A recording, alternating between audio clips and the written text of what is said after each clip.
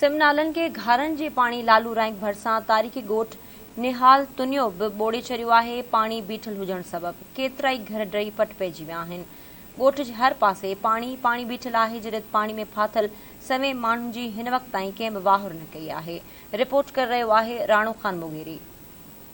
जी नाज़रीन, तव्हांखे ॿुधाईंदो हलां त असीं लालू रैंक जे भरिसां ॻोठ निहाल तुनियो आहे, उते असीं मौजूद आहियूं। बरसाति सबबि हीउ ॻोठ समूरो मुकमल पाणी जे लपेट में अची वियो आहे। चौधारी हिन ॻोठ खे पाणी लपेट में अची वियो आहे। केतिरा ई घर किरी पिया आहिनि। हिननि पंहिंजा बचा वठी कंहिं ॿिए जॻह ते मुंतक़िल कया आहिनि। हिननि खे अचण वञण में ॾाढी ॾुखियाई थी थिए। तव्हां ॾिसो पिया त अञा जेको ॻोठ में हीउ लॾ पलाण जो सिलसिलो शुरू आहे ऐं केतिरनि ॾुखियाईनि खे हीउ मोह पिया ॾियनि। अचो त पाण हिननि ॻोठाणनि सां ॻाल्हि ॿोल कयूं त हीउ केतिरे तकलीफ़ में आहिनि। असां इहो चवंदासीं त पहिरियां त 15-20 ॾींहं त असांखे मींहुं तमामु घणो तकलीफ़ ॾिनी, मुतासिर कयो। उन खां पोइ असां वेठा आहियूं हुआसीं। आख़िरी जेके 2 ॾींहं हुया मींहं जा, मींहुं हले पियो त असांखे ख़बर पई त बाबा सिमट टुटी आहे, मथां बि पाणी अचे पियो।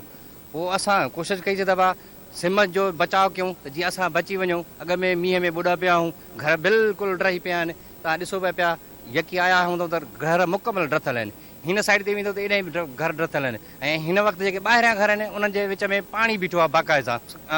पुरघोर लहण तक हिननि सां केतिरी वेदना। हफ़्ता थी विया आहिनि असांजे रोड ते पाणी बीठो आहे। टोटल घर असांजा हाली तव्हां ॾिसो ड्रही विया आहिनि।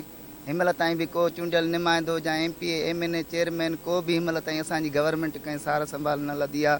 असां ईअं पंहिंजा बचड़ा वठियूं घर ॿार वेठा आहियूं, पर कंहिं बि हिनमहिल ताईं असांजी मदद न कई आहे। महिरबानी करे गवर्नमेंट के MP MNA के टोटल चूंडियल नुमाइंदनि खे असांजी इहा ई अपील आहे त तंहिंखे चवां महिरबानी करे असांजी मदद कई वञे। जीअं त असांखे वॾी हिनमहिल तकलीफ़ आहे। चौतरफ़ असांजे ॻोठ जे पाणी आहे। असांजे रोड ते तक़रीबन 2 फुट पाणी बीठो आहे। को हिनमहिल ताईं असांजे सार संभाल MP न MNA मुआ बचा हिनमहिल वोट वठण खां अचनि था। हिनमहिल कुझु बि न। असां दर पदर थी राति जे टाइम में पंहिंजा ॿार कढिया आहिनि।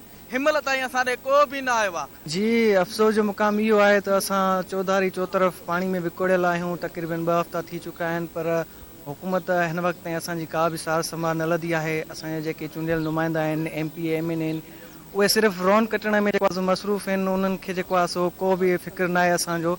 असां उन्हनि खे गुज़ारिश था कयूं त असांजी महिरबानी करे सहारा लहो। ऐं स्पेशली जेको आहे सो मां हिकिड़ी रिक्वेस्ट कंदुसि जेको आहे सो पंहिंजे आवाम खे त असांजी जेको आहे सो सपोर्ट कनि। जेके वॾनि शहरनि में आहिनि जेको आहे सो